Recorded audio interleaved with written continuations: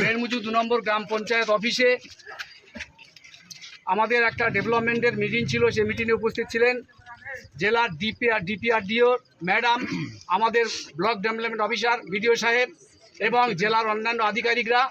সেই মিটিংয়ে শুরুতে আমরা প্রধানের দুর্নীতির বিষয়ে বিভিন্ন রকম তথ্য একদম প্রমাণসহ যে এতদিন যাবৎ বেড়মুজু 2 নম্বর গ্রাম পঞ্চায়েত থেকে জনগণের টাকা, সরকারের টাকা, আমাদের মানবিক মুখ্যমন্ত্রী রাজ্যের উন্নয়নের জন্য, গ্রাম উন্নয়নের জন্য যে সমস্ত টাকা বরাদ্দ করে সেই সমস্ত টাকা সম্পূর্ণভাবে তছরূপ হয়েছে।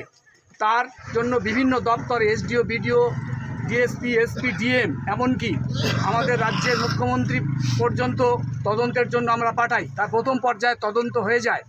এই তদন্তে প্রমাণিত হয় যে প্রচুর টাকাই এই বেড়মুজু 2 নম্বর গ্রাম পঞ্চায়েত থেকে লুটপাট হয়েছে। এখনও দ্বিতীয় পর্যায়ে তদন্ত অপেক্ষায় রয়েছি আমরা।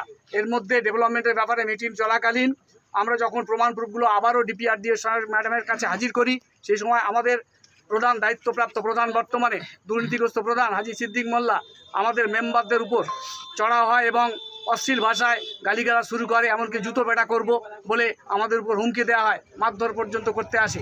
আমরা খুব মর্মাহত ব্যাপারে। আমরা জনপ্রতিনিধি হয়ে জনগণের কাজ করতে এসে আজকে জনগণ যেখানে সুরক্ষিত নয়, আমরা মেম্বাররা যেখানে সুরক্ষিত নয়, এইভাবে সেখানে করতে অপমান করে, এমনকি আমাদের বিডিও সাহেবকেও পর্যন্ত অপমান করে।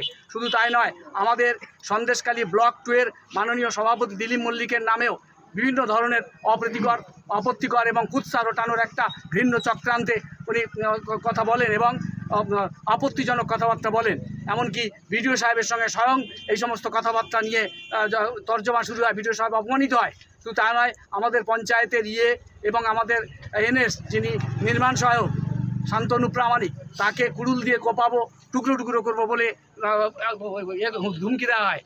এই ধরনের প্রধানের আমরা অবিলম্বে গ্রেপ্তার চাই এবং এই গ্রেপ্তার যদি না হয় আগামী দিনে আমরা বৃহত্তর আন্দোলনে নামব। প্রশাসনের কাছে আমরা আবেদন রেখেছি। আপনার নামটা বলবেন? আমার নাম বিদ্যুৎ প্রামাণিক, বেড়মুজু 2 নম্বর গ্রাম পঞ্চায়েতের মেম্বার, সঞ্চালক কৃষি প্রাণী সম্পদ বিকাশের। ধন্যবাদ।